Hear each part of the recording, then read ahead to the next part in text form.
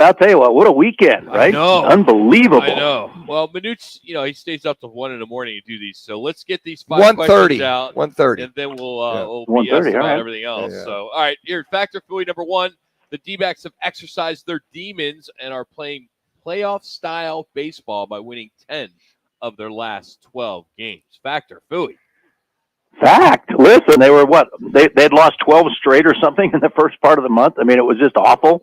They were coming into August just looking bad, and now they're on a tear. They're 8-2 in their last 10, as you said. They won the series against the Reds this weekend, which was huge for them. They're now in second place in the NL West, and look at the wild card standings, man. That is exciting for the D-backs now, huh?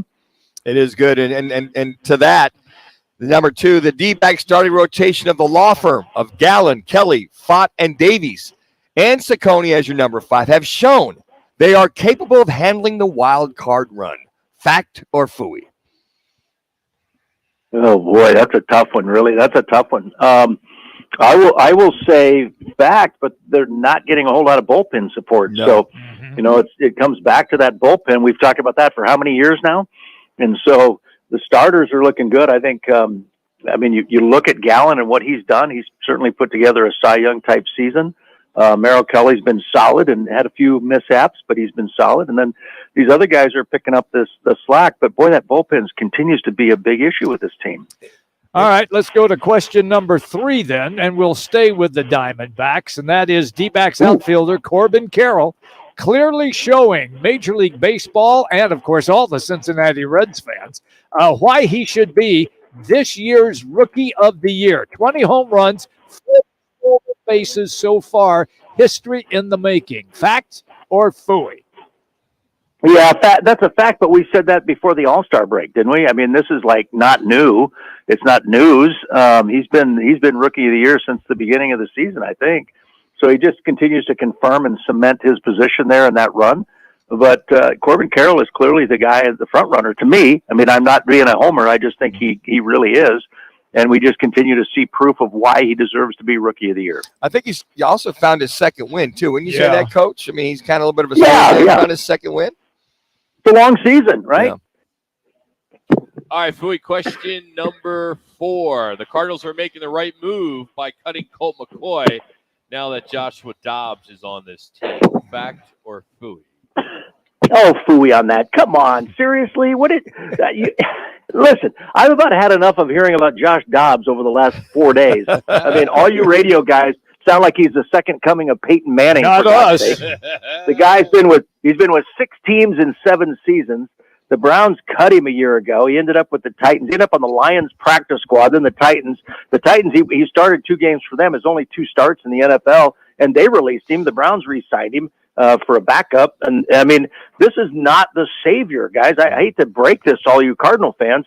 He's had 6 different teams in 7 seasons. He's 50 of 85 for 456 yards, 2 touchdowns, and 3 interceptions. I mean, he's had 2 NFL starts and played in 8 total games in 7 years. Why do we think Josh Dobbs is the answer here? I just don't get it. And McCoy is seriously a veteran presence. Yeah, when he came in, I said, well, this will be maybe a decent insurance policy for Colt McCoy.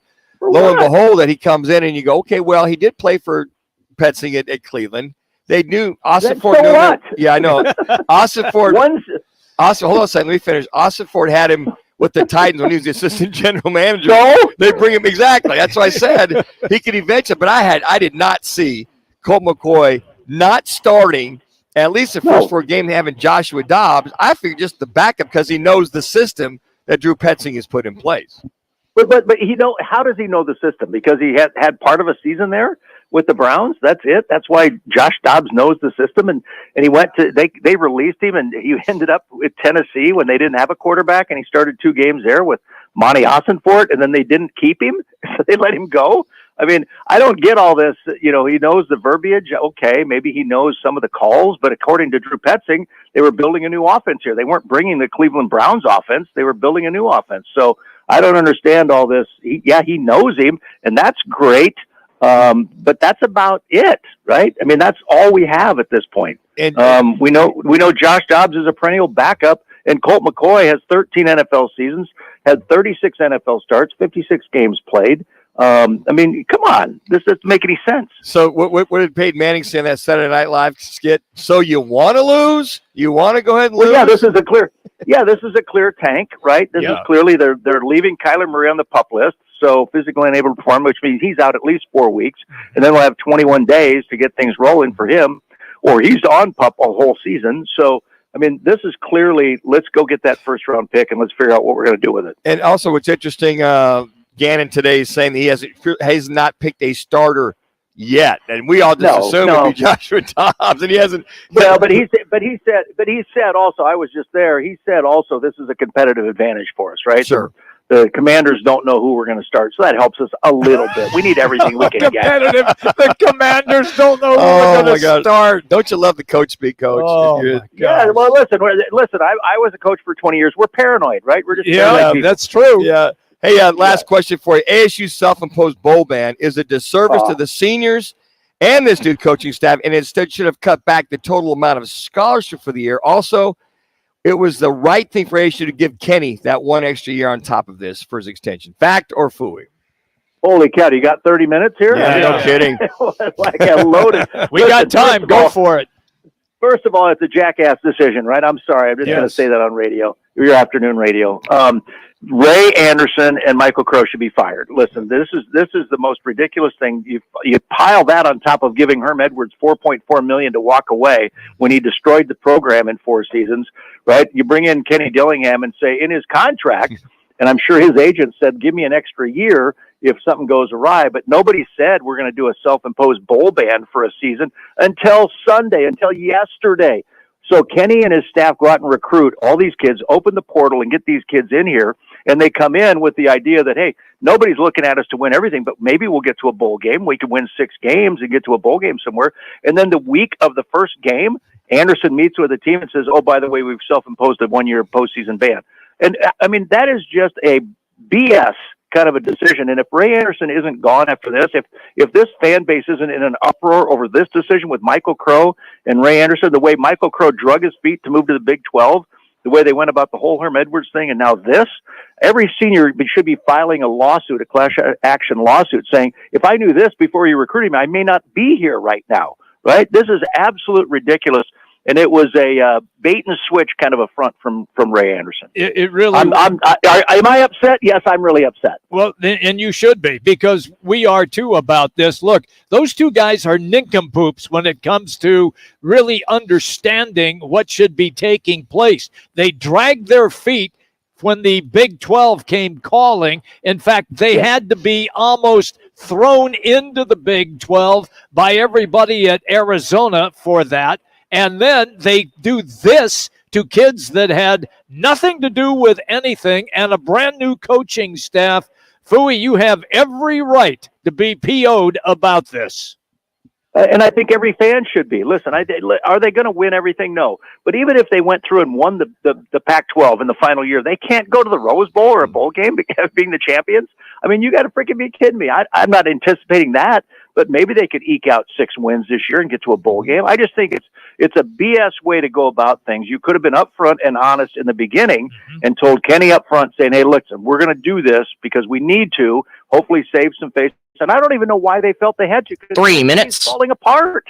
Why do you have to do anything, right? The NCAA is out of control right now. They're not worried about ASU and recruiting violations in 2020.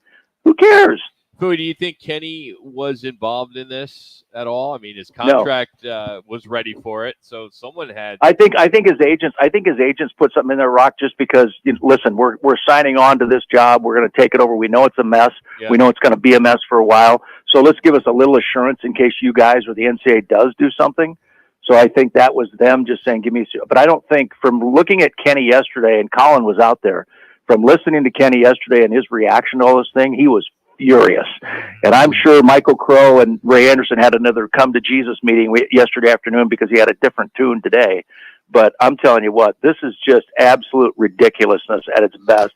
And talk about just crummy guys and the way they're dealing with this. Yeah, that too is what I thought, Coach, when I first heard about this was, well, kind of the same scenario 2 minutes. Michigan with the whole COVID stuff. And they only gave suspension for Harbaugh for 4 games. They did nothing about a bowl ban whatsoever. And then Tennessee, all their issues during that COVID situation as well too. They had quite They a just few, wrote a check. and they wrote a check Yeah. exactly. I mean, so I'm like, well, if those are your comps for that stamp, why would you? Maybe you pull 4 or 5 scholarships. Why would you ban a bowl ban for these juniors and seniors that you, to your point, they may have an outside chance of winning 6 games? It just made no sense knowing that precedent was set already with 2 other programs. Yep. And Tennessee paid $8 million to the NCAA. Listen, ASU paid Herm 4.4, so they're halfway there, right? I mean, why don't you just say we'll give you the extra 4? Herm got half of it. We'll give you half. But I just think it was a BS way to go about it when guys had options and choices. Yes. And you didn't tell the coaching staff, you didn't tell players, you let them recruit under false pretenses. I mean, that is the absolute lowest you can go in this whole thing. Well, also, didn't they make the announcement after the deadline has passed as well? 1 minute, for 1 players minute. to get into the portal, correct? Right. Yes. This was all done yesterday. I mean, Yeah. It came down yesterday to the coach and the team. And how do you expect them to react? Right. I mean, it was just an awful decision. The week of your first game. Are you kidding me? I mean, it just makes no sense to anybody other than Michael Crow and Ray Anderson, I guess. I feel so sorry for the players. I do too. Yeah. I do as well Yeah, too. I do too, man. This is for the players and the coaches. The coaches are out there recruiting and bringing guys in under what they think is being honest. How many times have we heard from Kenny saying, we're honest with kids, right? Sure. We're not promising them anything. We're being honest.